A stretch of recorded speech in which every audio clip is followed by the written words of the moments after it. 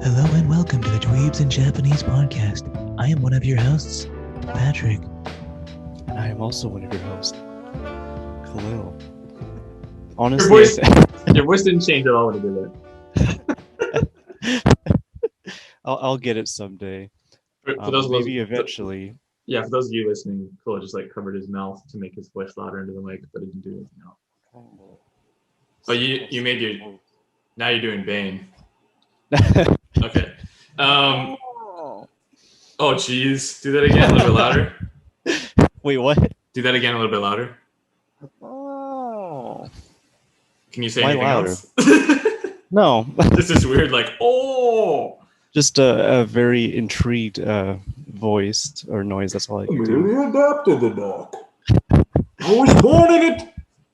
This is turning into an improv now. Every day is going to be a different theme to our podcast. Every intro is going to be different. Every single one.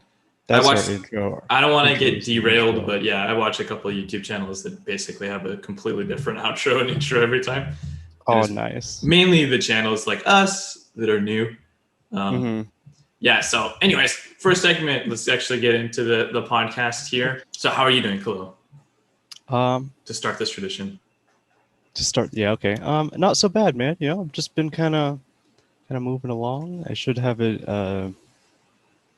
another research position lined up soon. Ooh, sweet. So that's actually happening. Yeah, so I'll be a little busier, still doing the podcast though, but some other things will kind of slow down. Sweet. What about you? Yeah, are you going to continue the drawing thing too, or is that kind of like? Oh yeah. A little bit. Oh, okay. Awesome. Yep, I want to keep doing that as much as I can. Do you have a Twitch yet? Do you have a channel yet or anything? I have a channel, but it's kind of in the works still. Okay. It's not to my liking yet. Well, it's set up. Sorry, go ahead. I'm sorry. Oh, I was saying I used it previously, but it was only just like random like console streams, just kind of messing around, testing it out, kind of thing. So, okay. Yeah. So you want to clean up some videos and read them? Yeah. Okay. Cool. Yeah, definitely. When you're ready, share it. Let the podcast know about what you're doing, because there's a lot of people who are studying Japanese that watch anime, that like Japanese video games, and then also coincidentally like drawing. It's just kind of I think that liking anime, that does get a lot of drawing, people into drawing. Yeah, I think that a lot of people who like anime like drawing. A lot of people who like drawing like anime, and it's just kind of all this one. I like it. The friends that I know who are amazing at drawing, like you and some of them, and then even like Caden, and then thanks, man. A bunch of other my friends who are really into art, all really like anime too, and they're like inspired by different animation styles, and I don't know, it's like a subculture that well, it's like artists appreciate each other, so it's which makes sense because anime is like a huge thing. It's a huge export of Japan, and it just happens to be art. And then video games is also a huge export of Japan, which is an art too. So it's like it kind of makes sense that the artsy people really, and like programmers and stuff really like Japanese culture and like want to learn Japanese too. So it's logical. Cool, man. Yeah. What about I'm you? a logical person. What do I got going on? You got some special plans today? Yeah, we're going surfing today. We're going surfing today. Well, we're gonna try to. The weather's it's always kind of like recently it's been windy and kind of dark in the morning. But it's as I'm looking at my window, it's actually kind of lighter. It's getting brighter than the clouds are going away. So seems to be when the day starts, all the clouds kind of dissipate and it gets sunny. So hopefully it's sunny by the time we go surfing. We normally like the best times to surf are in the morning and evening, and it's just because it's windier. But it actually right now is in the winter, so it's a great time to be a pro surfer up in the north because they're insane waves. Oh God, yeah. On Oahu, yeah, actually just anywhere in Hawaii. So is that where you're going to be pro surfing? No, heck no. We're going to the other side, which is like dead wave. It's weird. So like in the summer, it's just kind of the both have waves, but mostly like the east side and the south have better waves in the summer. But it's not like huge. But in the winter, the north has like the North Shore waves have insane winds. It's super, super windy, and the waves are ginormous, like 50 feet high type waves. Especially on like Maui. I don't know too much about it. Like I just moved here, so I mean, yeah, I know that they're big basically. And then I remember going in the summer even, and they were kind of big for me being sort of a beginner. So I'm excited to surf the little baby waves. So we're gonna get like food and just surf the little baby waves and chill out. I'm kind of sore from skateboarding so much the other day, so I'm just gonna like chill. We're bringing Bella, so probably chill with her on the beach. There you go. Live the Hawaii life. The Hawaii life. Soak it in, man. Soak it all in. It's It's crazy to think that some people are vitamin D deficient on the island in California, for example. Like it actually does exist. Yeah. Because it's possible. Like humans were. I don't want to go off into this topic, but like humans. Were. Like evolved, and we were outside all the time pretty much, but now we live mostly sedentary lives inside, most of us inside. Yeah, so like our bodies are decaying without consuming fish or something like getting our vitamin D in a certain way. And so I'm trying to soak up as much as I can while also consuming fish. I remember taking vitamin D capsules in Seattle because it's kind of, I think that's a good option for a lot of people. Yeah, you need to. I don't know if you do. I do, yeah. And I've noticed a difference once I started too. It's like, dang. Yeah, I noticed a difference too when I was living in Seattle. Something you needed would make a difference. Yeah, apparently it's a hormone too. Like there's a lot of good benefits. It's just really good for your immune system. Yeah, so listeners, get that vitamin D in. Yeah, go outside, open your window.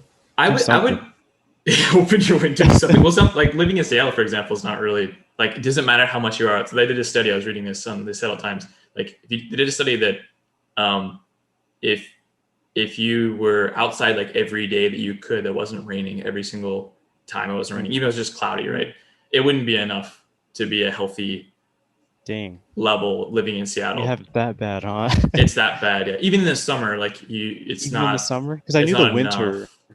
Yeah, winters here are always just not great. Winters are terrible. So like, for example, the Norwegians, the reason that they were so much stronger physically and like such an unstoppable force, the Vikings and stuff, historically is because of their diet.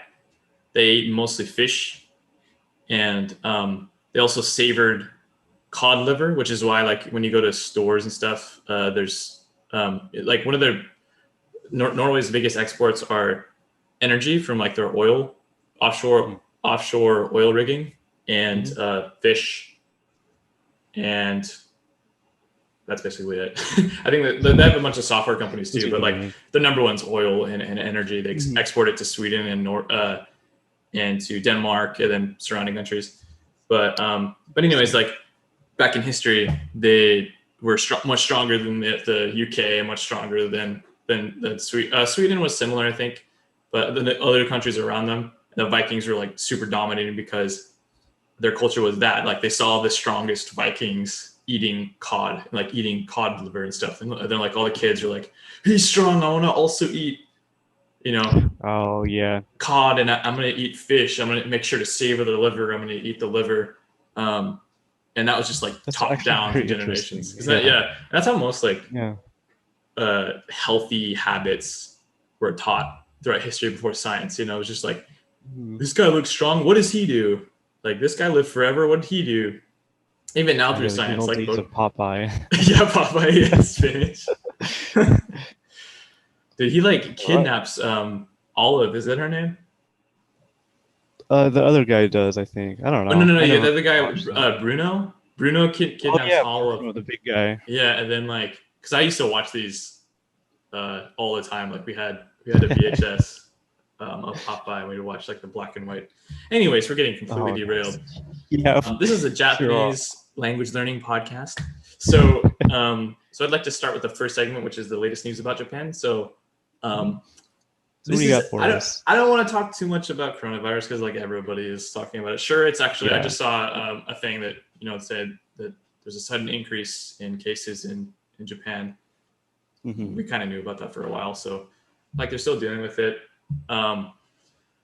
So that's fun. We're all dealing with it. But anyways, in more light news, kind of interesting news, it's supposed to snow. I think it says that it did snow about 2 centimeters in surrounding areas of Tokyo, like Hachijoji and Yamanashi, and a couple of places I've been to, like Chichibu. So sort of on the outskirts. So I think in Tokyo as well, it did a little bit, but it's kind of like Seattle. It never really sticks that I've noticed. Okay. It's really rare for it to stick in the city. Interesting. Yeah. So I was just reading this article about it, but it's snowing. So, I mean, it's similar to like Seattle where it snows. It's a big thing. Yeah. People make a big deal about it, where you go to say Eastern Washington even, or like Maine or somewhere else. And they're just so used to snow. It's just something that happens every single summer, or not summer, winter. And unless you're living in Antarctica or Australia or something, then it's flipped. But interesting difference though. Isn't Tokyo more flat? I would assume so. I don't actually know. But I'd assume it's more flat. I think that's one of the reasons that Tokyo became such a ginormous metropolitan area, is because it is sort of flat comparably. Gotcha. Yeah. And so like, and it's pretty safe compared to other places too. It makes it easy to build on. So like earthquakes, for example, in Tokyo don't get as bad as say like the north or south. But I'm not like super knowledgeable about the geography. It's just like kind of interesting how Tokyo developed. I only read a little bit of literature on that. But like Kyoto used to be the old capital. I don't know if you know that Bill Wirtz video, the history of Japan in like 5 minutes or whatever. I think it's a minute. I don't even know. That's a good video. It's pretty crazy. His history of the world is really crazy too. It's really great. So they're so concise. It's kind of scary. But it's like memorable too. It sticks in your head, and you're like, oh, it has to do with more of like the shogun and like the factions and stuff, and less of like just natural. Like I think the United States is less interesting because it was more of just like, hey, settlers from a bunch of different European countries came here and like basically battled the Native Americans and like sort of it just basically just annihilated everybody. Like sort of try to work with them a little bit by basically giving them nothing, and then just like took over the entire country and like encroached. And that's basically it. Where Japan's like so freaking old that, a video like Bill Wirtz's videos are summing like 100 years in about 5 minutes, where our country is like, not even 5 minutes, 100 years in like a couple seconds, where our country is only like 300 years old. And so we have like an entire class or multiple classes on our country. So yeah, I don't know, these old cultures like Japan and China and India, and which is really interesting to me. Ending that news. Oh, did you want to say something? Sorry. Not in regards to that. Go for it. Debating whether or not I want to show off that article now or later. Is it a news article or? Not exactly. It's more of like an interesting thing. So I have an interesting grammar word lesson or interesting facts segment that's coming later. Okay, let's do it. Is it more of that, I think or it is would it fit more better newsy? than No, in this case, it would fit that. Cool. Okay, so let's great. wait. Sounds good. So there's the latest news about Japan, snow, and then of course coronavirus cases are spiking, which is fun. So that's hopefully the snow will keep people more indoors, but that also could be tricky because it's colder and people are more likely to like be inside with other people rather than outside with other people. Outside is better. There's always a double-edged sword to things, huh? There is very small spaces in Tokyo. So yeah, anyways, latest news about our own Japanese study habits. You go first. All right, I will go first. So I've been kind of slowing down the pace.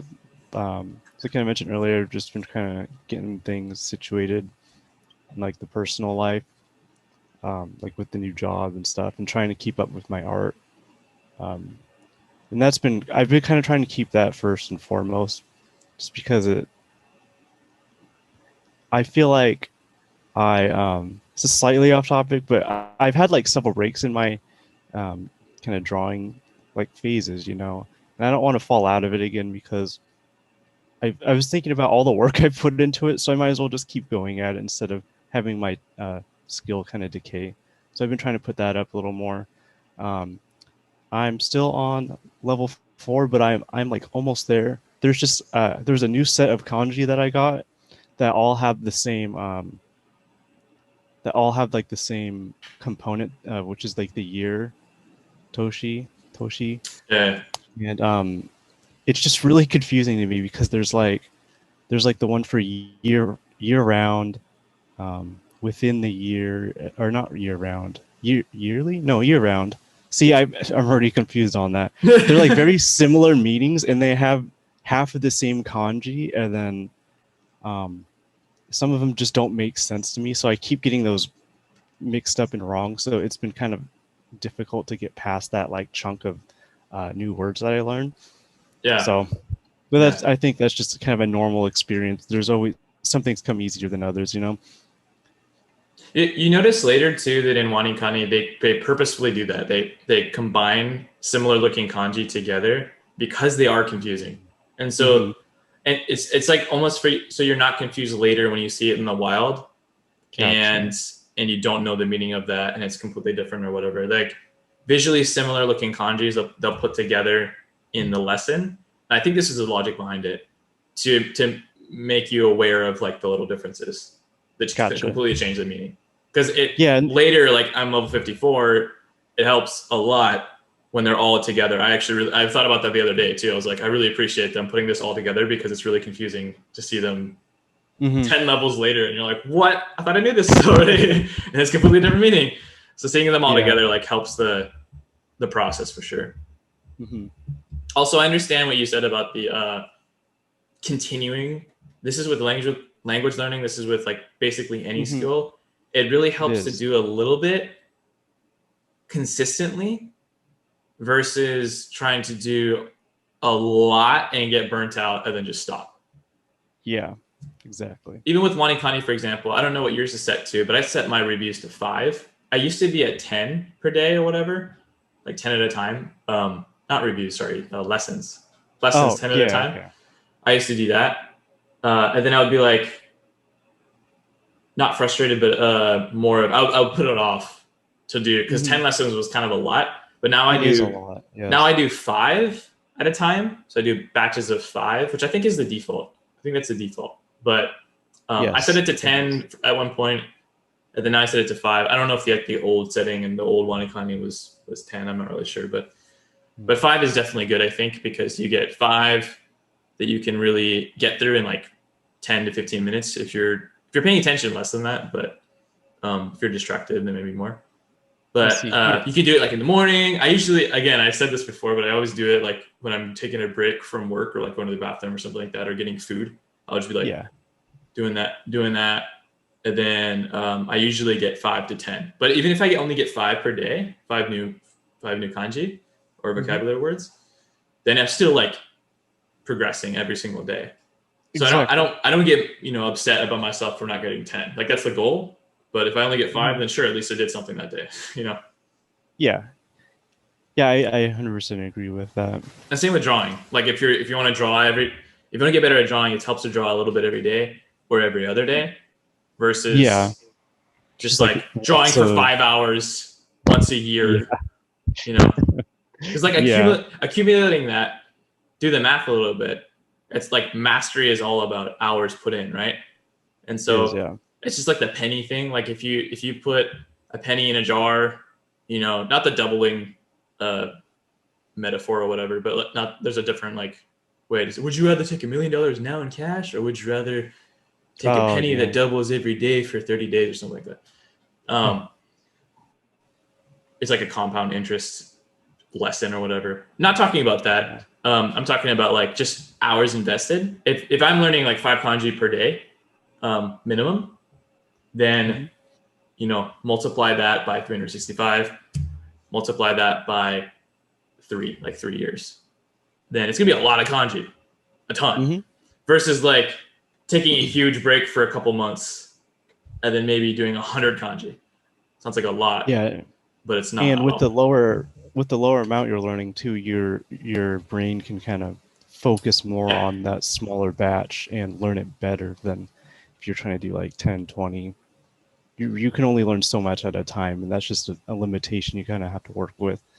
Yeah, and it's the reason that SRS really works too, is that you're not the system is doing it for you, right? Like you're not really focused on trying to memorize everything right now, which is sort of stressful and impossible, really. Yeah. Our brains are not wired that way.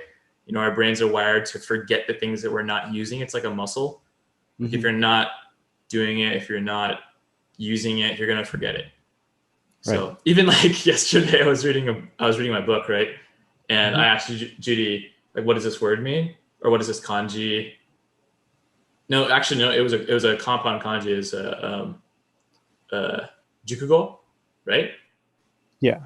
And I was asking her what it meant, and she's like, I forget. Then she looked it up, and she's like, oh, it means this, because you don't really say that. It's just more of like a book word. Yeah. But she kind of understood what it meant in context, but she didn't really know how to explain it, so she had to look it up. She had to look up the Japanese meaning to like explain that. Yeah. So there are things, and she's not using it over here in the U.S. She's in Hawaii. She's not really using written Japanese at all. She's not writing at all. Like she'll occasionally, maybe 2 times a year, write a letter to her friend or something. She's using it on her phone, obviously, with her parents and friends, but not actually writing it, you know? And through conversation, you don't really use super complicated kanji like that, like book kanji. So I see. So again, like if you're not using it, you forget it. In school, she probably remembered all of that. There's a lot of math that I remember in school, but I'm not using it at all, so I completely forget it. It's the same way, you know? So so you said your pace is slowed because of writing, drawing, and you're focusing on drawing. There's a couple of difficult set of kanji, which is like the toshi kanji, right? Yeah, it's like like last year. It's a lot of them involve year, and but I'll get it. That one, so year typically, you'll see a lot of those. I don't know if what kanji you're talking about specifically, but do they have the reading like G? I think some of them are, Some of them do? Okay. Yeah, and I think it's one of those cases where like the pronunciation of the same kanji will change in like similar context. So it's like it's hard to keep track of when it does so. Yeah, I forgot what the word is for this. I want to look this up later just for posterity and so we can like come across as an informed podcast hosts. But there's a phenomenon in Japanese. There's probably some linguistic word for it, where the kanji, like the radical of the kanji, will overpower, quote unquote, the reading, and it will most likely be that reading. Like I think toshi, that little radical, is most often G as the reading, and I can't think of any other like common readings for that. Here's an example. So year round nenju kanji's made out of the kanji for toshi and naka, right? Middle. And naka is also pronounced as chu in Chugoku, right? Yeah, so the rennaku is like the changing of the reading a little bit. The reason, like, if you think about it, rendaku, right? That rendaku meaning. It means like when one of the reading will change a little bit to make it easier to say. Oh, okay. Yeah. Like, what was I saying the other day? Oh, honpo. That's a recent word I learned. It's like the main store, like the main shop. Say like the main store for, say, Town and Country, which I guess would be Bainbridge or something like that. But honpo is that. Po, it's actually honho, and ho is store. So actually, let's just go back with your example. Nenju is a good example because chu and ju are really similar, right? But saying nenchu is a little bit hard especially if you're saying it fast, like in a sentence. Like nenchu ni, it kind of goes to nenju ni, and that's like historically over time, just like the what are they called? The apostrophe s, for example, versus saying it is, you'll say it's. Yeah. I forgot what that's called. The linguistic word for that. Contraction. Contraction? Yeah. I think so. Just like contractions, it's the same exact way in Japanese. Okay. Yeah. So there's a lot of those. And you get used to it over time. There's a couple exceptions, but I think there's a lot less exceptions in Japanese than English, in my opinion. Which makes it easy. I agree. Because I couldn't even begin to explain English just based on like how if someone asked me why is a word read this way, I'd be like, I don't know. Dude, every day for me, the hardest thing for Judy to learn is the and I think I've said this before, but and then trying to explain that to her is so difficult because I don't know often. I think of the as one thing and then a as just any instance of that one thing, right? Just like in general, actually, I think most that's of the a good time. way to explain it. Like there's like a dog, which is just, it could be any dog, right? A dog, but the dog is usually a particular dog you're talking about. Which you can kind of do in Japanese, right? You can say like the dog over there. And then in Japanese it's really simple. It's just ano wanchan, ano inu. Ano is like far away, right? That one over there. But if you want to say it long, you say asoko no. But most people just say ano. Like for something that's out of view or in general. Oh, like not. Yeah, but if you're just saying dogs in general, you say like inu or wanchan. Okay. Like if you just want to say, I think dogs are cute in general, you'd say like wanchan ga kawaii ne. Okay. But if you want to say that dog is cute over there, you'd say like ano wanchan ga kawaii yo ne. So that one over there that's like far away. So it's similar, but at the same time, adding the or in there is kind of like it's not always the same thing. It's not. Like she'll ask me like, I want to go to the store. Well, you can't see the store right now, and you're only talking about that store, like that particular. It's just so confusing. It's like how the heck do you explain that? My sister has experience teaching Japanese people English. That's like her major. It's teaching English as a second language. That's really cool. I don't remember the acronym, but yeah. So she could probably do it better. She actually studied a little bit of linguistics. But for me, it's just like I don't know, just what you do. So what about you though? What kind of how's your how have you been kind of keeping up on your studies? I know what I said. I'm not pushing it. Just kind of reading my book and then doing Wanikani as normal. And then obviously I speak every day with Judy, my wife, in Japanese, so that's helpful. But then of course, as I'm reading my book, she's usually laying right next to me, like kind of finishing up her day. Gotcha. And so she's like checking feeds and stuff, and I'll be reading my book and be like, "What does this mean? What does this mean? What does this mean?" And she's like, or then she'll be like, "Oh, it means that." Like quietly or something like sasayaku, like quietly, right? Because there's always like descriptive words for how somebody said something, and I have no idea what they mean. Yeah. So yeah, it's So that's been fun, and I'm not pushing it at all. I'm enjoying reading a couple minutes here and there. I think I'm on page like 40 or something out of this book, so not super far. But I noticed that like it definitely comes. I know everything they're talking about. The only thing I don't really know is like how they said something, because there'll be some descriptive word about how they said it, like sasayaite yutta, like said that quietly. But I didn't really know the descriptive word, so I just see like she said that. So I'm missing some nuance here and there, because like sometimes they'll say like hiniku de, like hiniku is sarcasm, so like hiniku de yutta. Me ni awanai de. I understand me ni awanai de, but I don't really understand some other words. It'll say like she rolled her eyes and said sarcastically. So like say that in Japanese. I have no idea what that is. But I understood said this. And so sometimes if it's sarcastic, I'll think that she actually said that like on purpose, and without sarcasm. Completely different meaning. Context is kind of weird. Yeah. Like, the context is weird. And I'm like, so that's what happened? Like she actually killed her dog? That type of thing is kind of, but then I'll like understand it later, a couple more paragraphs. So I'm not trying to understand every single word. I'm not trying to look up every single word, but often like Judy's sitting right next to me. So I'll be like, she's my living dictionary. So I'll just be like, what does this mean? So that's kind of helpful, but I want to ask her less, to be honest, and I want to look up less words. And if something just keeps coming up and up and up and up, then I'll start to look it up.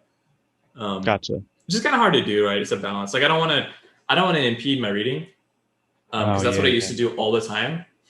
But now I understand like literally 80% of the stuff that's, or maybe even more than 80% of what's written. So I'm not really, I can understand what's going on. And I'm saying this to myself, really, like I shouldn't be concerned about what everything means, because I'm never going to know what everything means. Even in the English book, like I'm reading a book and I'll be like, I don't really remember exactly what that word nuance is, but through context I do. Right. And sometimes it doesn't really even matter, right? It doesn't really matter. Yeah. If you get the main point to it. Yeah. It doesn't. And it's the same with speaking too. Like speaking Japanese, the thing that was hard for me to get over in the beginning was that I don't know everything that they're saying. Well, like you're never going to know everything that they're saying. You just have to get comfortable not knowing. And that's what helps you get really good. Is that like, that's what's nice about speaking too versus reading, is that you can actually ask clarifying follow-up questions. You can like describe something without actually saying the word that you wanted to say that we talked about last time. So it's just a little bit more flexible, and you can use hand gestures, and there's a lot of different ways to get around it, and a lot of different ways to learn new words by having basically, the native speakers teach you. Exactly. It's more fun too. But reading has been really fun for me recently, because I haven't really done too much of it. Nice. And I like reading, so I like mystery books. I like fiction especially. So as far as the content of the book, is that enjoyable to you? Yeah, it's kind of interesting. Like I don't want to spoil it for anybody who wants to read it, but something big happens. Do you want to remind everyone what you're reading? Oh yeah, there's a book called Zero Ika no Shi. So death below zero. Zero Ika, it's like below zero, and then Shi is death. Oh, what a cool kanji. And it's actually, I think it Murder Below Zero or something like that. Death Below Zero is the English book. And this is a translation into Japanese. Oh, okay. Gotcha. I want to read a Japanese book, like by a Japanese author. But I picked this one up and started reading it. And so I want to finish it. Or at least like get far enough along where I am not interested in it anymore. Like I'm just like, this story's not really interesting. I want to go to a new book. And then at that point, I'll go find a different book. But I've been enjoying it so far. So, and I want to spend like an hour here and there, a little bit more time reading it, because really I've been only reading it for about 10 to 15 minutes every night. But again, like consistency. So yeah. Important part. Next segment. We're spending too much time on this segment. Khalil, what's your favorite word? Or what's your favorite Japanese word or kanji recently? So one that kind of popped up that I haven't seen in a little bit was Koori, ice. Cordy. Yeah. Koori.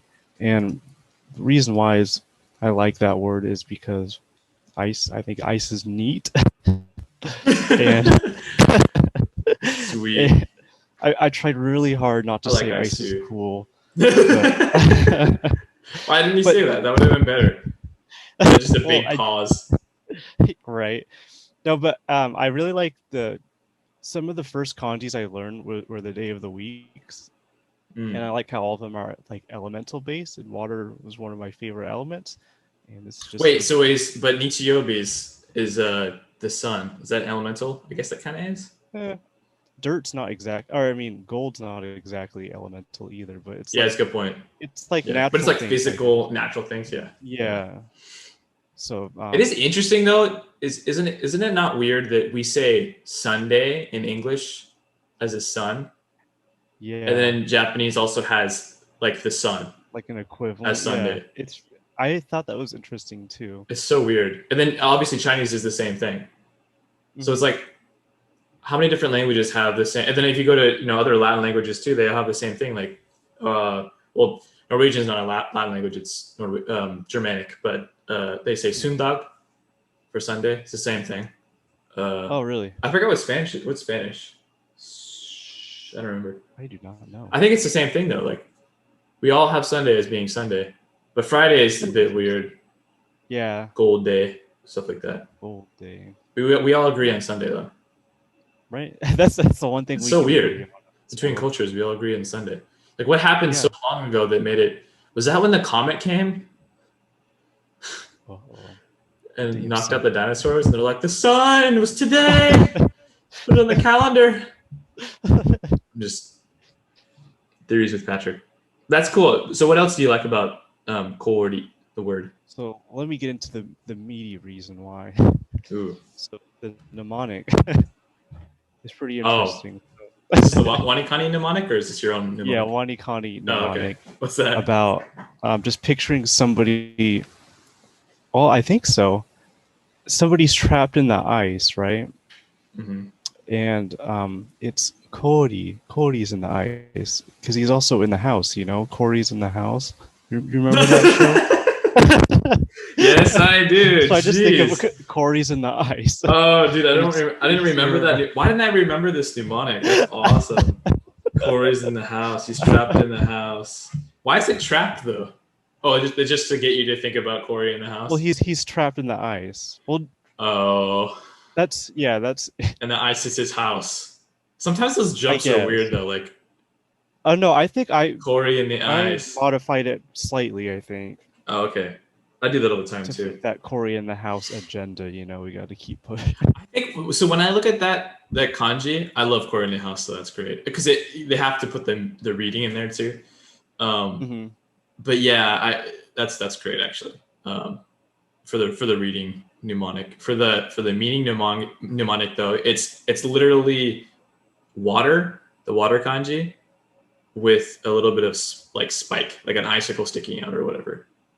Oh, So it's like yeah, that's true. modified. It's a slightly modified water kanji. So it has a little icicle sticking out, which makes me water. think of ice. But for the reading, that's a Yeah. great reading mnemonic. Corey in the house. Dude, I do not remember it. They have so many funny He's in the reading ice, mnemonics. man. It's great. They get really weird too as you go along. They're like, why is this still? Because they changed a bunch to be a little bit more PC. Because I imagine there was a lot of late nights, a lot of late inebriated nights writing these meaning and reading mnemonics, right? Mm-hmm. So there's some that are like very not PC, not that don't fly in today's world. I see. They're probably written just as a joke, Went but back. they went back and fixed a bunch. But there's still some because there's so many kanji in there, a couple thousand. Yeah. So I occasionally see those and laugh. So my favorite word is my favorite words actually I put two down here are henkan. Henkan is like biased view. So hen is bias kanji, and then ken or mi is the view. si. See? Yeah, so like a biased view is prejudice. So a little bit stronger than just like a biased view, but prejudice. So that was interesting. And then the other word is a word that Judy told me the other day, and I had no idea what she was talking about. I was talking about it being windy at the skate park, and she said, skoru ne. And I was like, skoru? Like a skull? Or I had no idea what she was talking about. But in English, we actually say squall. Do you know what that means? Squall? I didn't know what that meant. I think I've heard it before, maybe like in a book. Back to the book. I thought that was a Final Fantasy character. It might be. So Google this is says one of those it's a sudden sharp increase in wind speed. Yeah, and rain. So like wind or rain. And because I was talking about it like raining and being really windy for a couple seconds here and there at the skate park, and then just started pouring down rain. And so she said something scored. I don't remember the whole sentence, but I just remember the word. And I didn't know what that was, so I looked it up. And I was like, "Oh, you say that? That's an English word. That's like super specific. Yeah, and that we don't even use." I'm assuming some fishermen and stuff say it because I've seen that word before, and maybe it's just us because we're younger and we're more like seafaring individuals. We're not seafaring individuals and stuff. But also, I think that maybe because we live in a temperate climate, or I used to live in a temperate climate. So I think if you lived over here, maybe people say it more.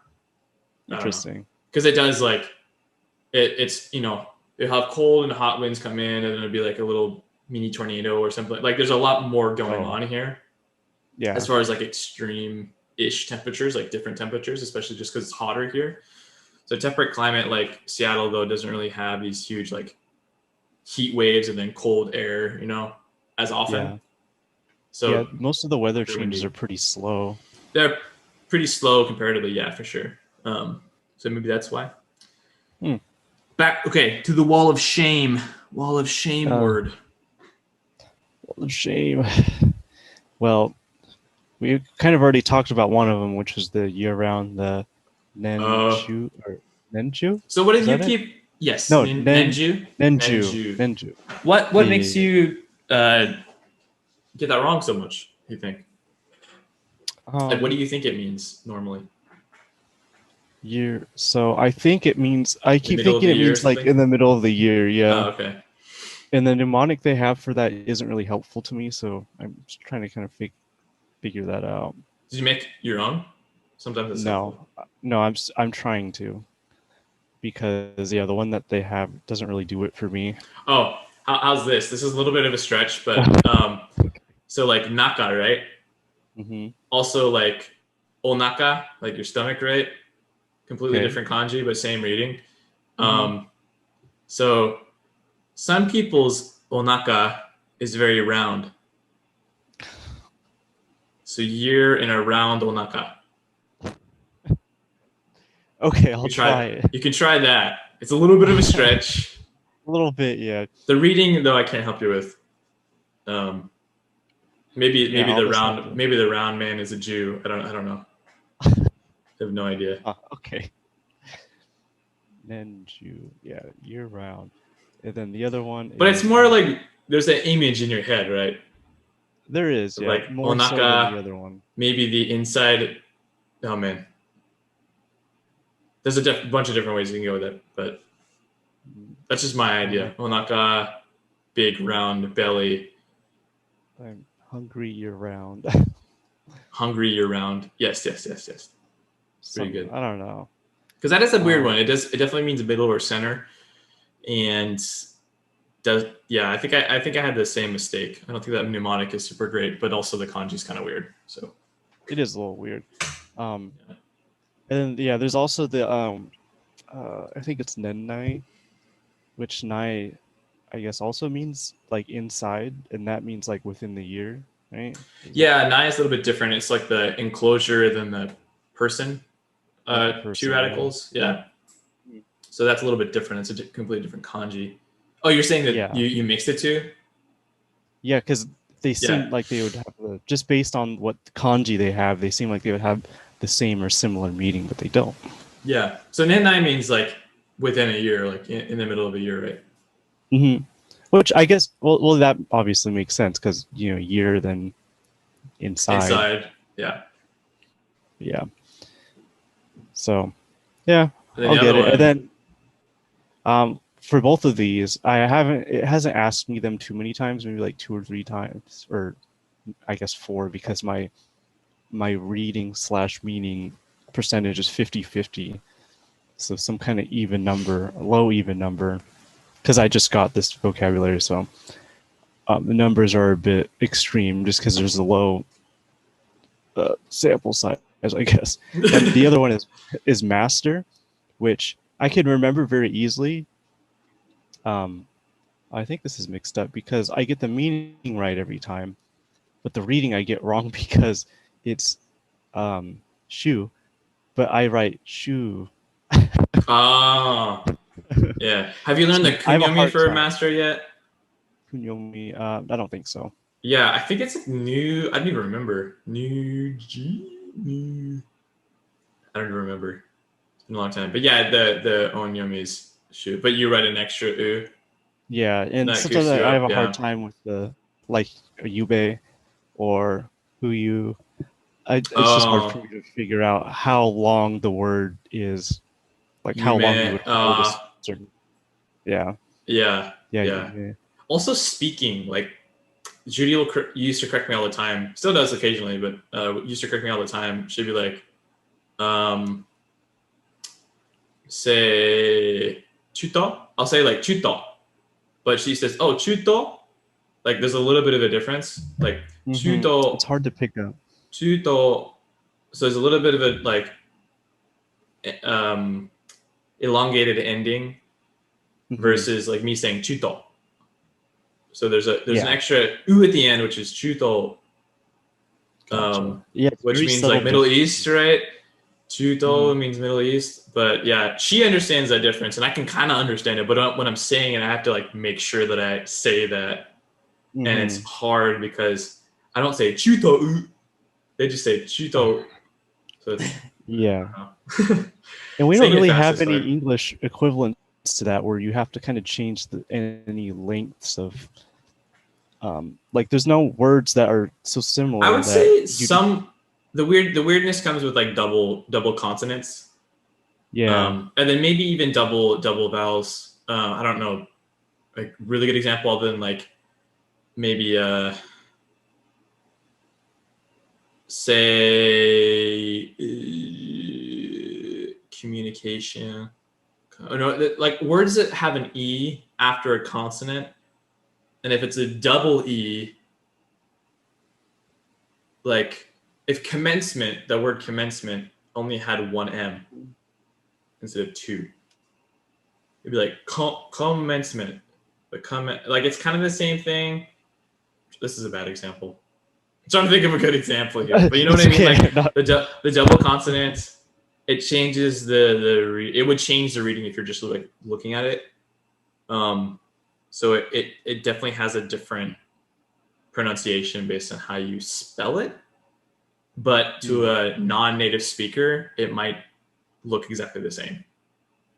Is what I'm trying to Okay, I say. think I can't think of a good example off the top of my head. that's okay. If you do, put I it in the think comments. no. Cool. So yeah, master. That's really annoying me. I don't remember the kunyomi. I'm gonna look it up really quickly. What is the I was also taught the word for expert, but I think that doesn't use master in it. I think it uses does it? No. Omo. Aha. Oh, nushi. That's what I wanted to say. Nushi. Nushi? Yeah, it means master as well. What about what was it? Was it Myojin or something? Or Meijin? Meijin, I think. Meijin. It's like Meijin professional, right? is like an expert or yeah. Okay. Yeah, So that's not even the right kanji. Yeah. That's a different one. different kanji, yeah. So shujin is uses that kanji, and that's like usually husband, like head of household, but it's normally husband. Or almost always. Yeah. So my kanji are the first one is let me get this right. I think it's elude. elude or I just remember elude. I just learned this kanji as well.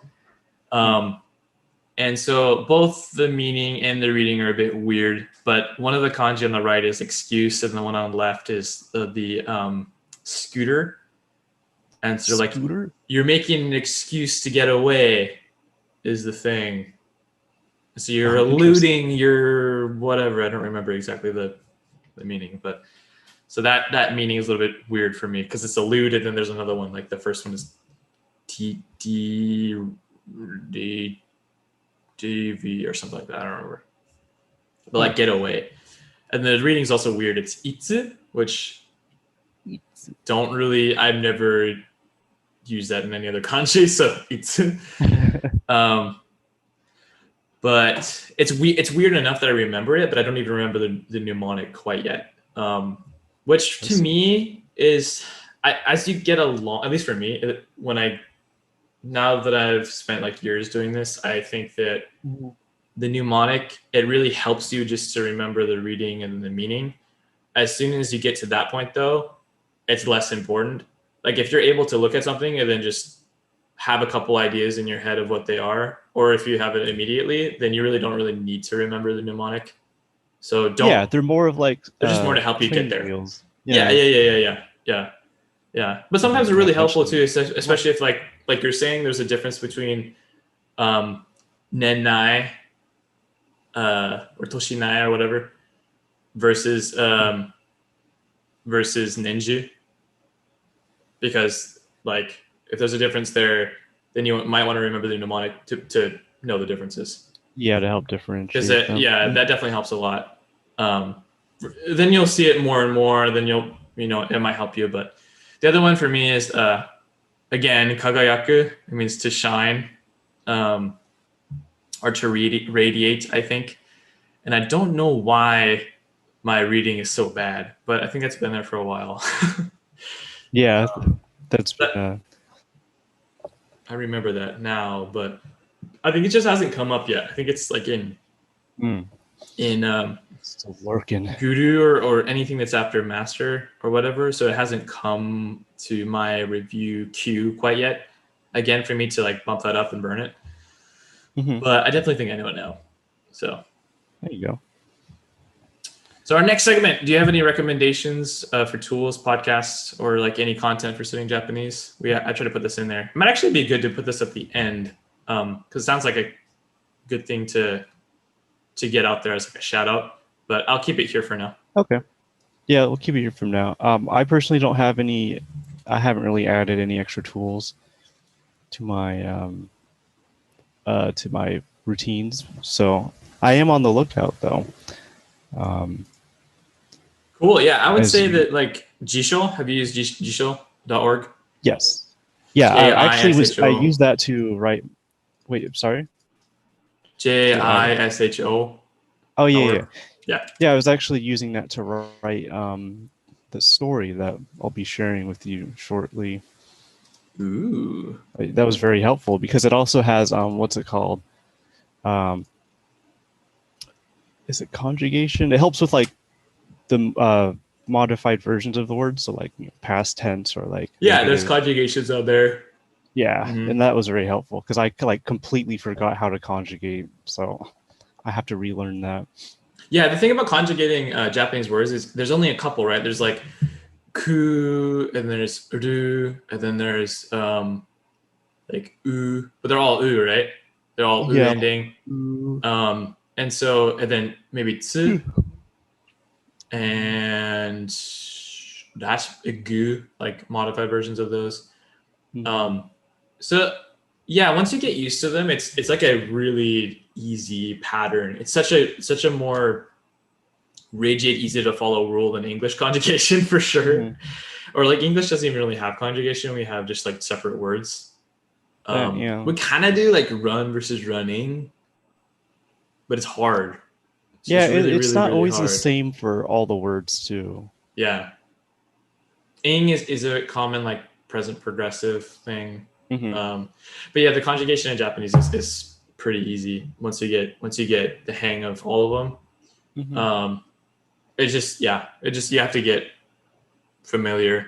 I would say the hard thing for me was learning how to use like adverbs.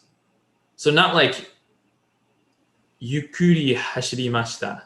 Not like that. I'm talking about like well that is I guess that is technically an adverb. But more of like using other verbs in front of another verb.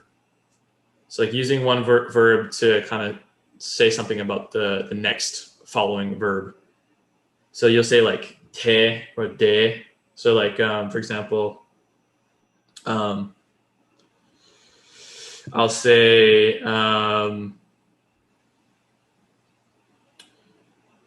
like for example, like another one that's really common is like kuru, to come. So hashiru is to run, right? So hashirimasu means to run. Okay. So to say like they ran toward you, they ran and came to you is how you like literally translate that in Japanese. You'd say hashite kita.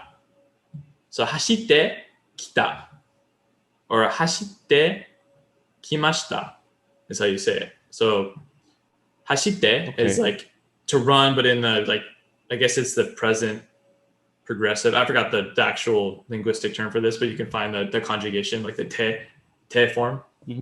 So hashite. And then that's like the, stop there. And then the next verb after that is kimashita or kuru, which means to come. Oh. So ran and then came. But it means like they ran up to you, like they came to you. I don't even know how to say that in Japanese or in English. Like they ran to you, I guess. So okay. But like it also there's also a couple more nuances with kuru, and people use it all the time with the end of like a te form verb. It's just so common. Yeah, and then also iku is also really common too. Like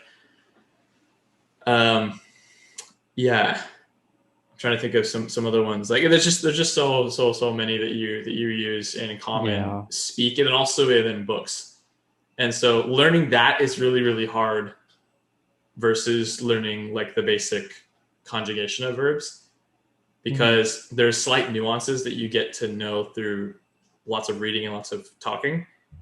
Yeah. But to explain it and to read about it, like people explaining it, it's sort of difficult. So I'll try my best in the future to explain it on the podcast. And then maybe come up with some better, more of like organized examples in our notes.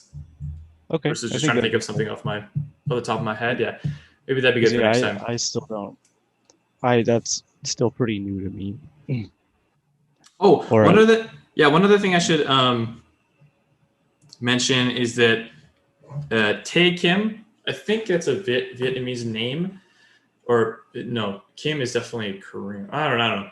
He's great for he has a Japanese guide, a grammar guide. I think it's Tae Kim, and Guide to Japanese. I think it's guidetojapanese.org, or is it .com? I think I know what you mean. Yeah. There's a website. Yeah, guidetojapanese.org.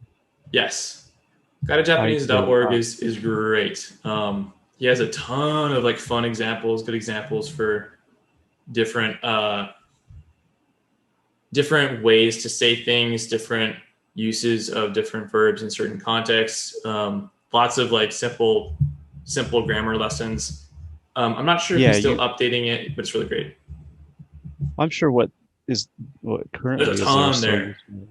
There's also I have an app of that. I haven't used it yet, but it's basically just a easier or convenient version. It's literally Tae Kim's content just in like an app form. Yeah. I think I've seen that before for sure. I think that was a fan who did that. Very helpful. I would love to actually do some of those lessons here on the podcast and give examples. Yeah, that'd be great. And go through it more in detail, because impart some more knowledge to the listeners. Yeah, because like I wouldn't mind writing them myself and then kind of talking about it myself. But he has so much content on there, and to have it written like that in a cohesive way and have a bunch of examples there already prepared, it's just like free money, you know. So it's great. That's true. So yeah, I have so based on that kind of thing, I have a word lesson. This comes from a Tofugu, which is the company that owns Wanikani, and also their blog and Textfugu as well.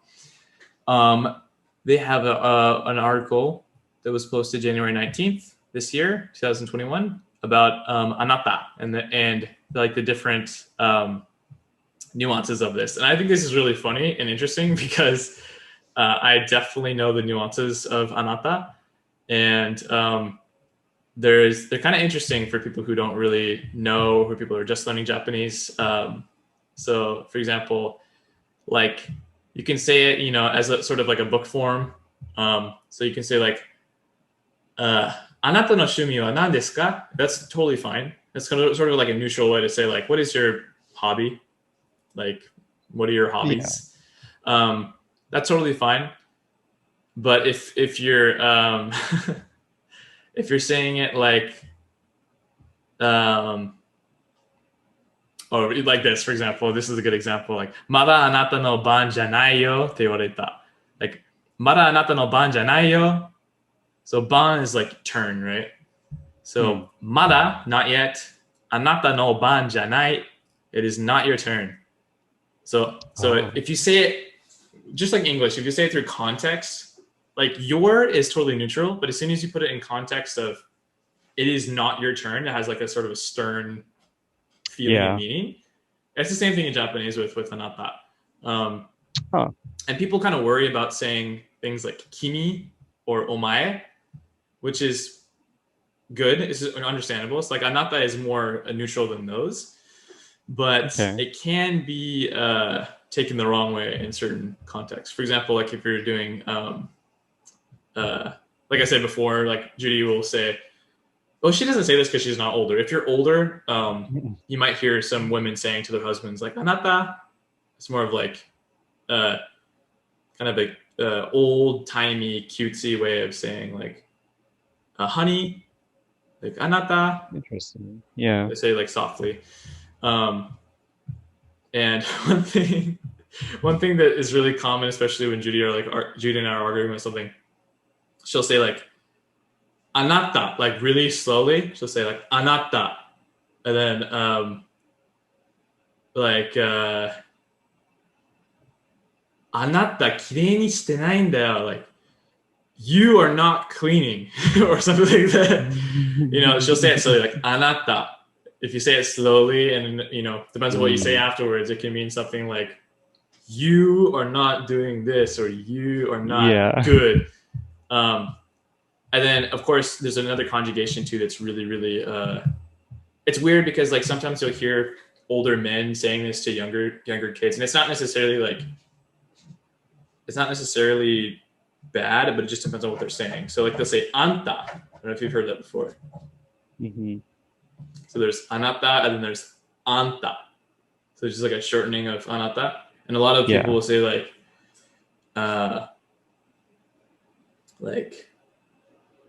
"anta no kaminoke ga boso boso da yo." Like your hair is really frizzy, or like your hair is really messy. So like "anta," they'll say that. It's more of like you might say that to your friends too. It's sort of like a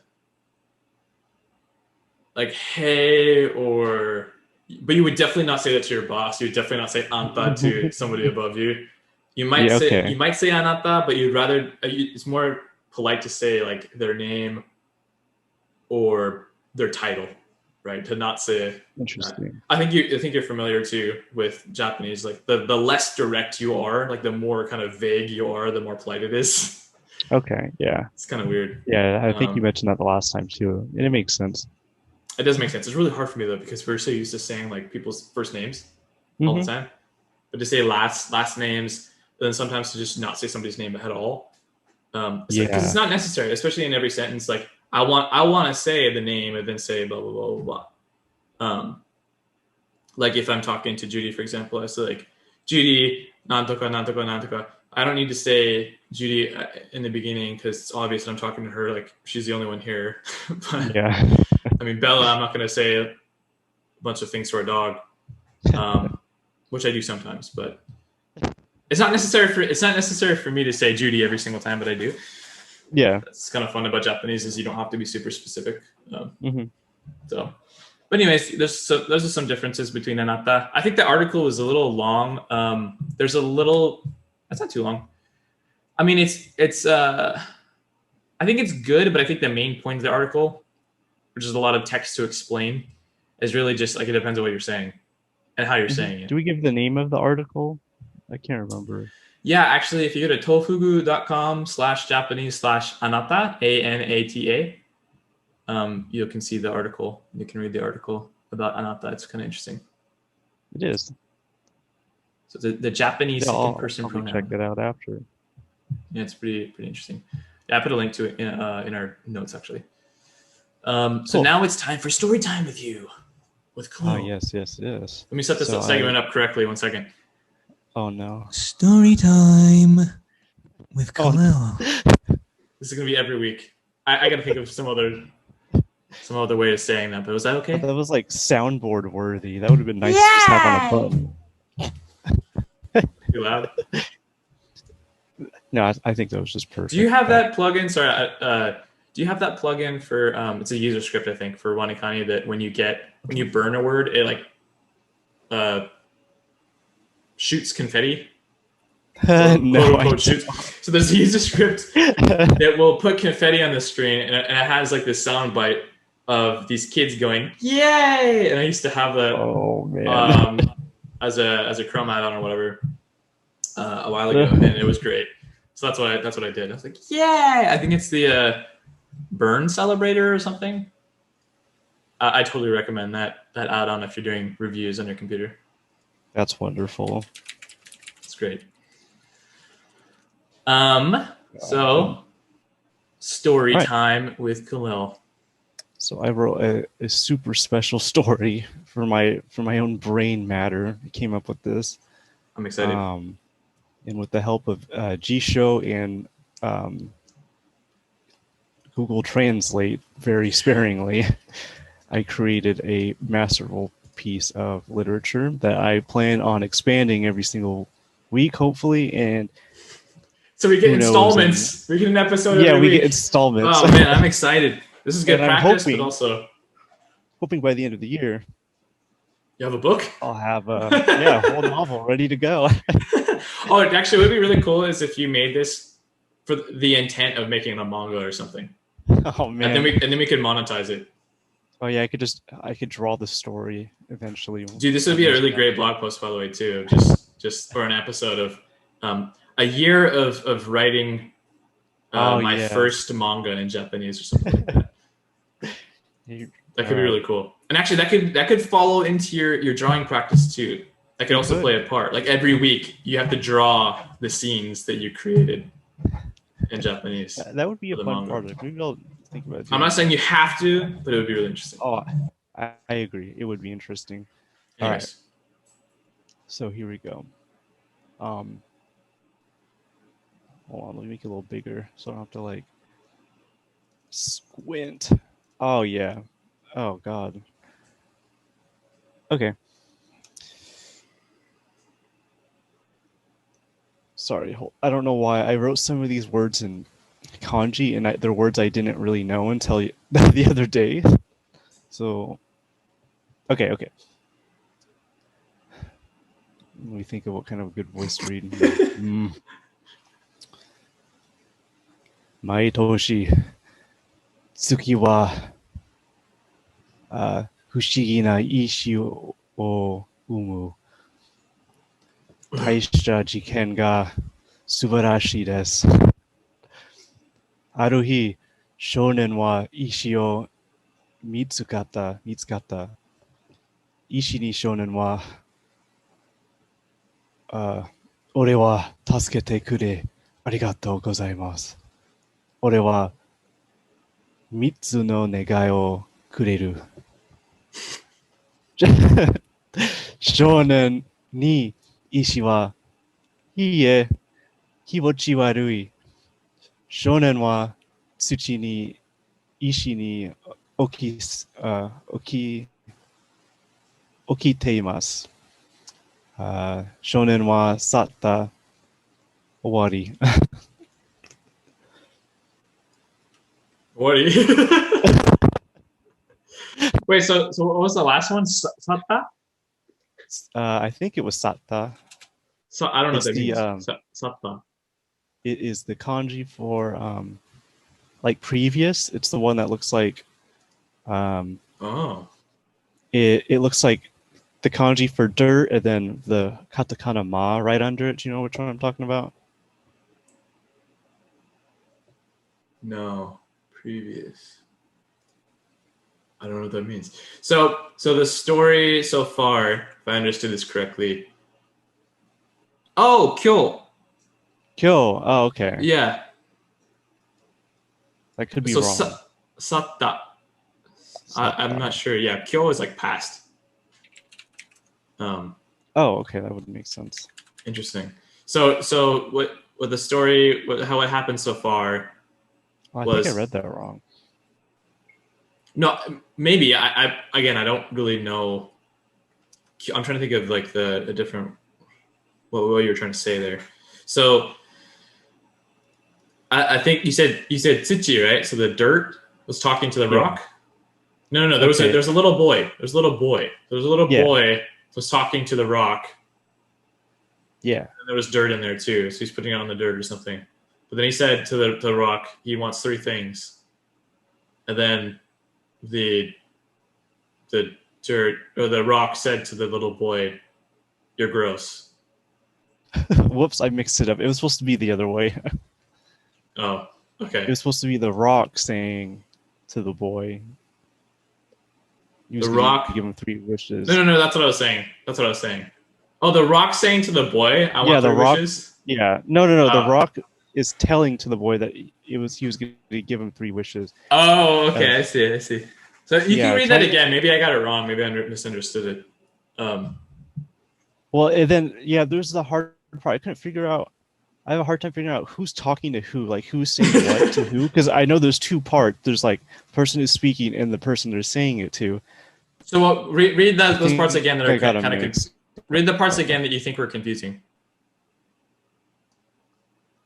Okay. So I said, okay, so right after the boy found the rock, I said, Ishi ni shonen wa ore wa tasukete kure arigatou gozaimasu. So was that the right setup for that, or did I get that mixed up? So you could say like Ishi ni shonen wa yutta.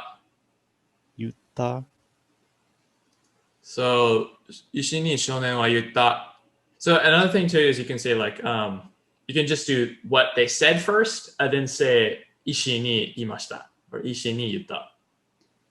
Okay. So like the verbs all at the end. Say what they said first, and then all the verbs at the end. Okay, I think that's a neat. Otherwise, you say the like shonen wa ishi ni yutta, comma, and then what they said, but normally at the end for a sentence. Okay. So that but that's so what you wanted to say was the rock ask for 3 things, or said you can have 3 wishes, basically, and then the boy said, "Ew, gross," and then they put the rock down and then the rock down. And then, so left. You say so. Tsuchi ni oita, right? So put on the ground, and then satta. I've never heard of that before. Yes, it's shonen wa satta. So I think I was using G-Show for this. Oh, I've seen it. You might left. You might say this. I have no idea. Satta. I just looked this up. This looks like a common word. Yes, to pass, to leave, to go away.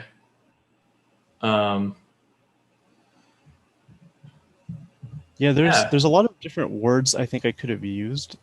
Let me look at some. I wonder if it show. So we're looking at dshow.org. I want to see some synonyms. I don't know if there's a way for me to do that. Sentence search for sardu. A lot of the example sentences are a little different.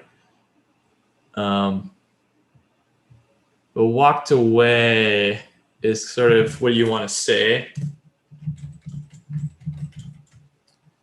Walked away. So how could I so how would I say this? So right now, I think of that. Like, how would you say that? You would say,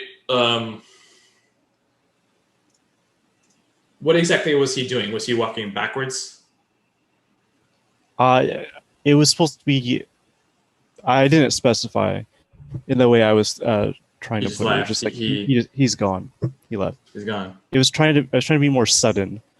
Oh, sudden. So like another thing you could say would be like escape, like nigita. Escape. So you got a nigita. Like he escaped from the rock.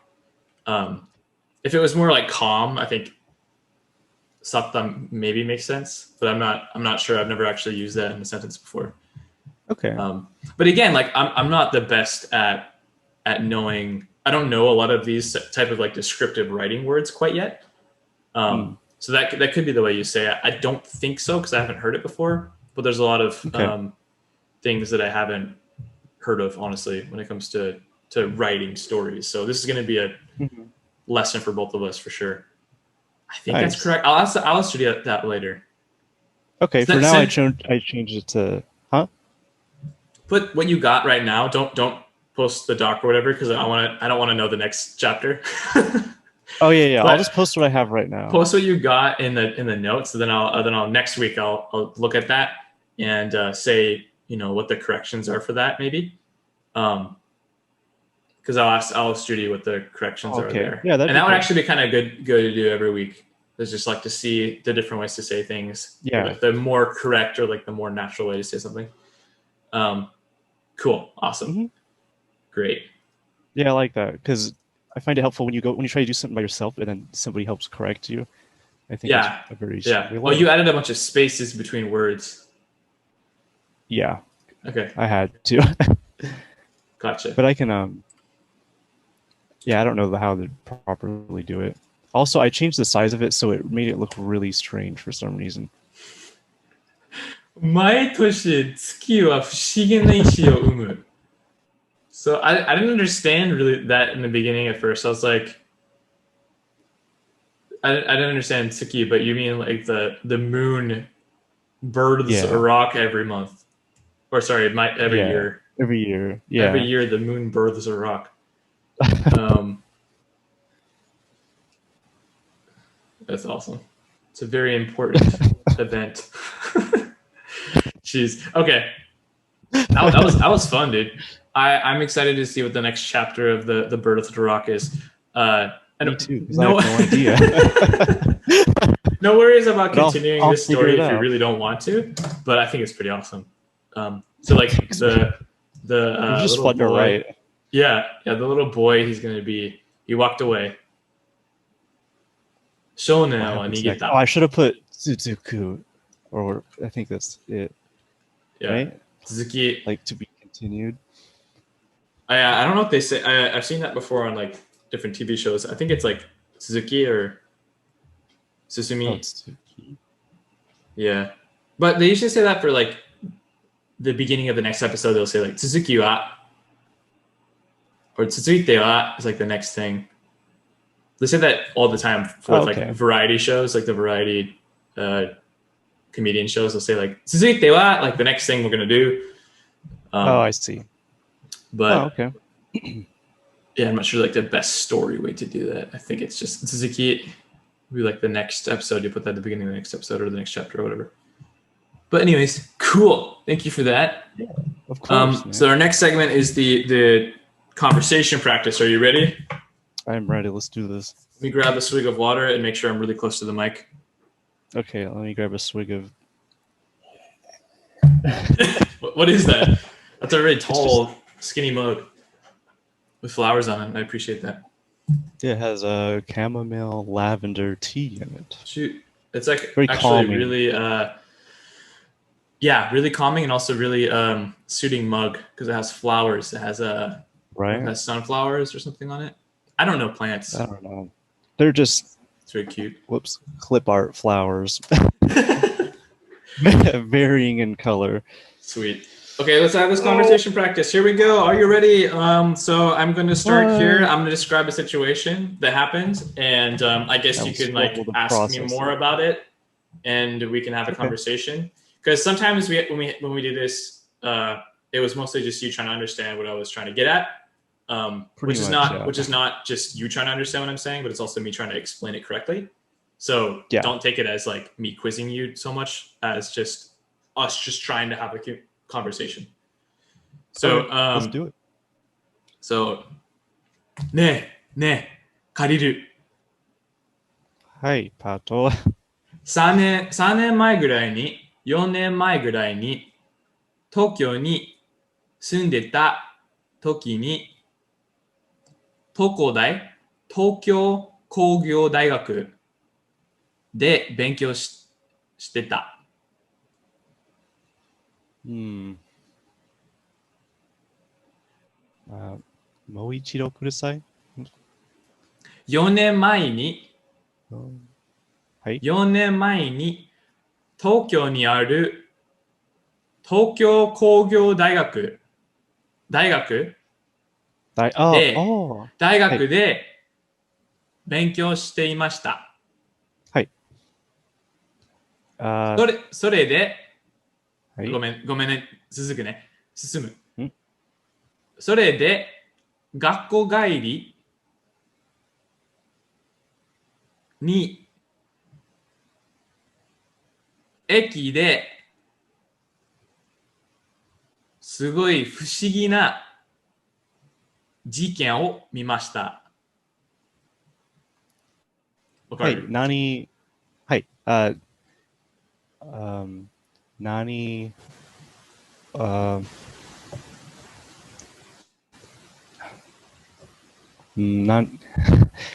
事件は何ですか？何だったか？何でしたか？何でしたか？ Okay. 事件はね、その時に駅で誰かが男の人が待ってる場所でたくさん女の人がいたのにポルノを見てた事件を見ました。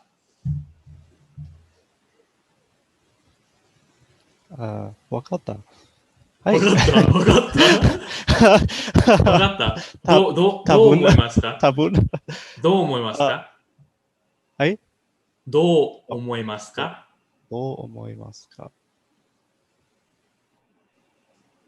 どう意味は何ですか？気持ち、フィーリング、自分のフィーリングは何？今さっきの話。今さっきの言ったこと。今さっきの話。借りるのフィーリングは何？不安です。不安なのなんで不安なの？不思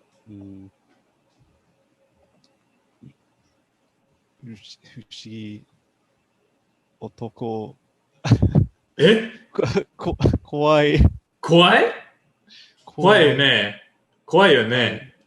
あの人がね、もうね、女の人が横に、肩の横、こんな近くに座ってたのに見てた。こんな近くに女の人が座ってたのに、その男の人が携帯で見てた。携帯電話で見てた。はい。携帯電話そうそうそうそうそうそう。はい。 So for people listening, he's showing his cell phone to the camera right now. Waving. それで、こんなもう肩がついてる。はい、肩そう。までぐらい近くに座ってた。女の人たち。近くい近い。近いの動詞形 adverb は近く。そう。はい。そう。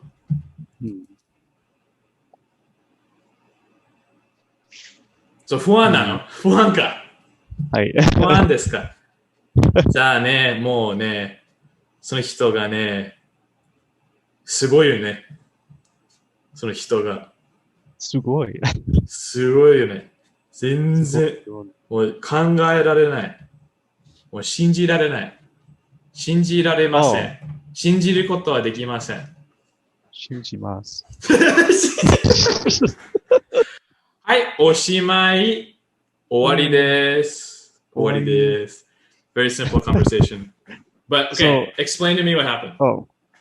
So I think you were telling me. I think you got it. 3 years ago when you were studying at 3 or 4 years ago. Yeah. I forgot what you said the name of the school was, but it was when you were in college. Yeah, 1 second. This is the part where okay, there you go. Oh, go ahead. You said you saw an interesting event, right? And then I asked you what it was. Yeah. And you said this is the part where I'm slightly confused. You said you saw. I'm trying to think. You saw a guy with a whole bunch of women following him. Is that right? No. Okay. Because I thought I heard Takusan, like Onanoko or something. 女の人? Yeah. Oh, Onanahito.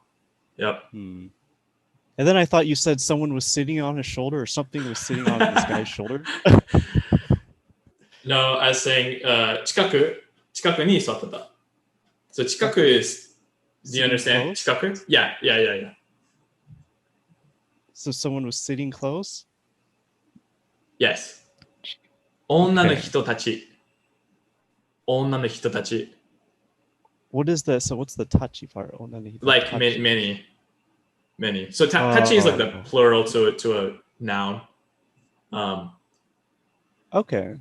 Yeah, because onahito, if you just say that, like just a regular noun, you can mean like any woman. But in this case, it's like one woman. But if you say tachi, it's like a bunch of women. Okay. Yeah. Okay. So a whole bunch of women sitting close to each other? Well, その男の人の近くに座ってた。 Close to the man? Yeah. They were all sitting close to the man? Yes. それで、近くに座ってたのに、その男の人が、携帯電話で見てた。何を見てたか覚えてる？ They were all looking at his phone? 彼が自分の携帯電話を見てた。They were all looking at their phone? 違う。彼だけ。彼だけ。From? Or is that?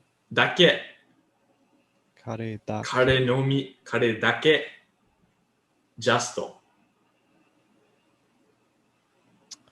So だけ it means just. Like only. Okay. 彼だけ。その男の人だけ。そう、男の人だけが just one man? 自分の携帯を自分の携帯電話を見てた。I think that's the part that I'm confused. So 自分を携帯。自分は何の意味？自分は、like yourself? Yeah. Or, So, okay. でも、でも彼の自分。彼は自分。だから、彼が彼の自分。彼の自分。だから、if I say 彼、それで、and then 自分の意味は彼の。わかる？ Yeah. No. 英語でね。When you say 自分、it can mean yourself, like the person talking. Mm-hmm. But if you say 彼は, it's like speaking from him in his perspective. 自分, if you say 自分 after 彼は, it's talking about him. So he's looking at his own. So his own. Oh. His okay. own turns into like 自分の. So it's like 自分 is like individual or like not personal, but more of like individual. So if you say 彼は自分の携帯電話, it means he. Oh, like from his view? Yeah, he was looking at his own phone, is what I was saying. So 彼は自分の携帯電話を見てた. So he was looking at his own phone. So that was the little hard part for you? Yeah. Okay. But 携帯電話で何を見てた？それ覚えてる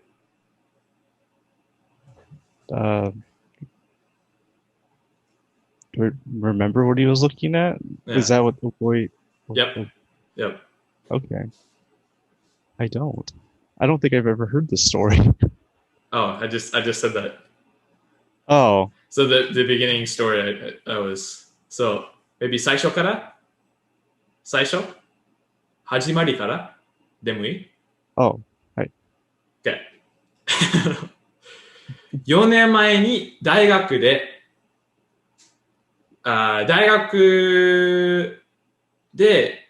勉強してた。もちろん。でも東京に大学で勉強してた。それで学校帰り、家まで学校から帰り。短くすると学校帰りの途中に駅で女の人たちが近くに座ってたのに男の人が自分の携帯電話でポルノを見ていました。事件を見ました。Oh, that's why you asked about what you did in the beginning. Yeah. You're asking what our demographic is. What our demographic is. Yeah. So this is not a PG. I guess this is sort of PG, isn't it? But slightly PG podcast. But yeah, that's what I saw. And it was pretty surprising. I couldn't believe that. 信じられなかった。It is surprising. Yeah. It's very surprising. And I had to go tell Judy about that when I went back home. That's kind of. It was crazy. How could you do that? It's not something you see every day. Definitely not something you see every day. So if you didn't understand that conversation, that's great. Go learn some more words, come back, try to understand what we said. Hopefully like the conversation between us too helps people understand too if they're not understanding the conversation. I'm trying. What's hard for me is try to say something a different way without adding too much Japanese that's confusing. like using other words that I don't know to explain. That's what's hard for me to try to do, is try to use. I think you're doing good at it. It's just it's really difficult. I'm trying to use pauses and space to let you think. It's definitely helpful. Yeah, because I remember this too when I would talk to Japanese people too. They would often just say it so fast, or at least too fast for me. And then I'd be thinking like, I think I kind of understood what they said. But then I keep going, and be like, I don't know what you're saying anymore. It's just like this fire hose. Oh yeah. Right. And then sometimes like they would do that for a couple of minutes because they're just like continuing the story or whatever, not really paying attention to my facial expressions. But I'd be like, and then after a little while, you know, they'd be like, oh, he doesn't understand what I'm saying anymore. And I'd be like, okay, from the beginning again. And they'd be like, yeah. Then they'll just like really simplify it. So I'm trying to make it a little bit more. Trying to use words that are simple to explain something else, which is sort of difficult. And I know a lot of Japanese people struggle with that too. And English people struggle with that too when they're trying to teach somebody else English. Like if you have somebody, you know, like a tourist or whatever, downtown Seattle, they're asking like where something is and you're trying to help them. I don't know if you've ever done that before, but it's hard. Like I had to do that with this Chinese couple, like older Chinese couple one time. And I was like, they don't understand anything I'm saying. It was like really, really, really hard. I didn't know any Chinese at all. And I felt really bad because I really wanted to explain to them, but they're like, you know, where? And they were showing me this map. I was like, I have no idea. Your map's in Chinese. Oh, that makes it kind of hard. Yeah, it makes it really hard. So it's totally understandable. And it's it's just part of the process too. Like you'll eventually get over that hump and it feels so good. Like, oh, I understand like 60% of what you're saying. And it's enough. Like, I don't have to know the details of what all you're saying. I just know the topic and then the verb, and that's about it. Right. And then you're good. So, yeah. How was that? Because it puts me. I think it was good. What are your critiques? I understand it. All right, I understood most of the beginning half, and then I kind of just was like, okay, now. It was interesting though because you were using words that I knew in the last half, but the way you're using them was in like a really new way. Like when you were talking about the jibun kara. Oh yeah. I've never seen it used like that, but now that makes a lot of sense. So like jibun kara is like from yourself, but if you say jibun no, like your own, yeah, like your own is what it means. So your own, or his own, or her own, or their own. Oh yeah. Yeah. Okay. That's how you translate it. I don't know how to describe the meaning, but that's how you translate it, and it's kind of how you get the feeling is their own or not someone's own thing. So like jibun no iken, it's like your own opinion, your own beliefs. I see. Does that make sense? And so if the subject is him, like kare wa, or otoko no hito wa, like the man. 男の人は自分の携帯 like his own phone. Yeah. You don't have to say 自分の you can say 携帯 like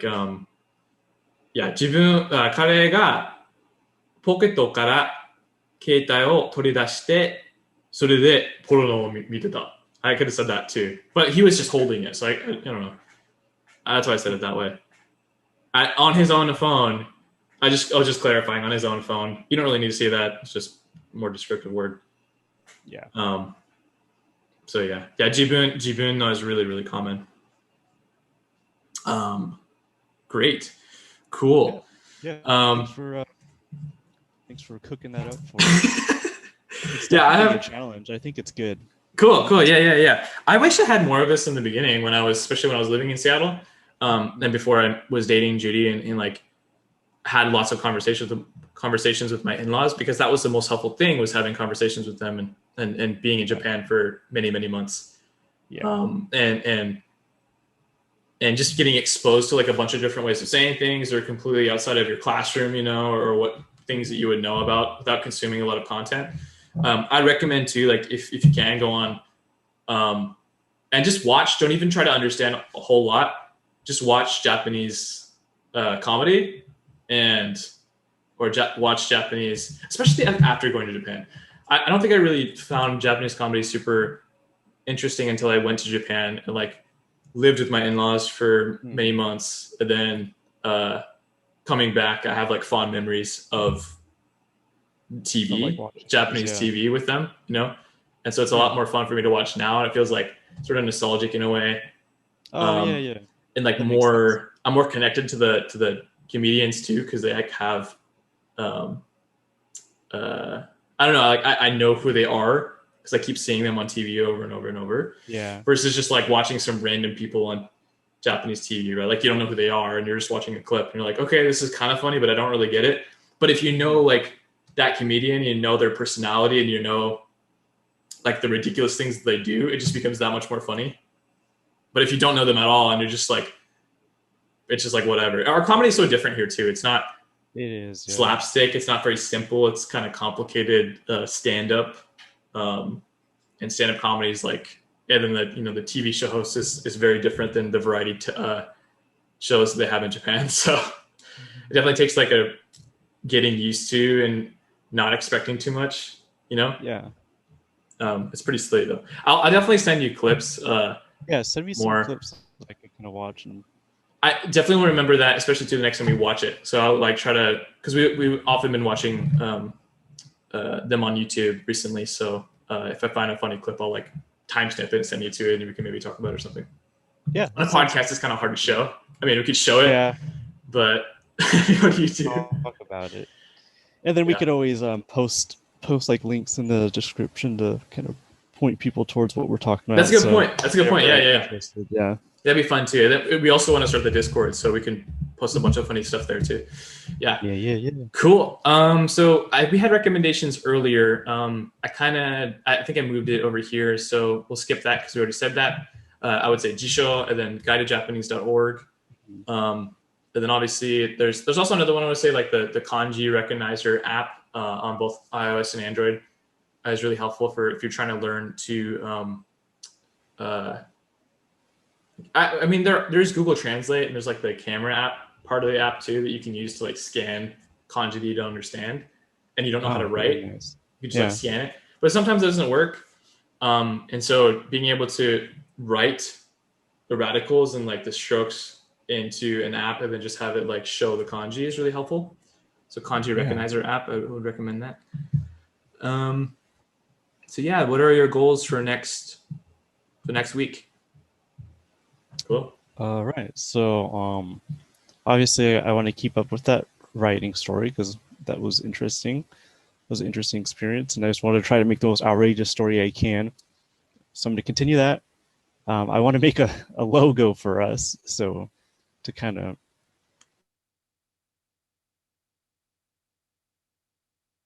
I also wanted to order some untranslated manga to kind of work through. It'd just be nice to have something kind of like your book to just kind of work on bit by bit. And then cool. As always, we're still trying to come up with that golden intro that will stick with us. What about you, Patrick? What do you got planned? I think our intro is golden already, Khalil. I think it's perfect. I think it should just morph organically and mutate. Yeah. And become I agree with that. Fantastical beast. So my next things for this week are to get you to make a better logo. I also want to, like we talked about, have Judy go through your story and help me correct it because it looks mostly good to me. There's a couple of things I would maybe change, especially near the end. But I understood it mostly. I think some of the things look a little bit more like English versus Japanese, like the putting the verbs at the end is more Japanese.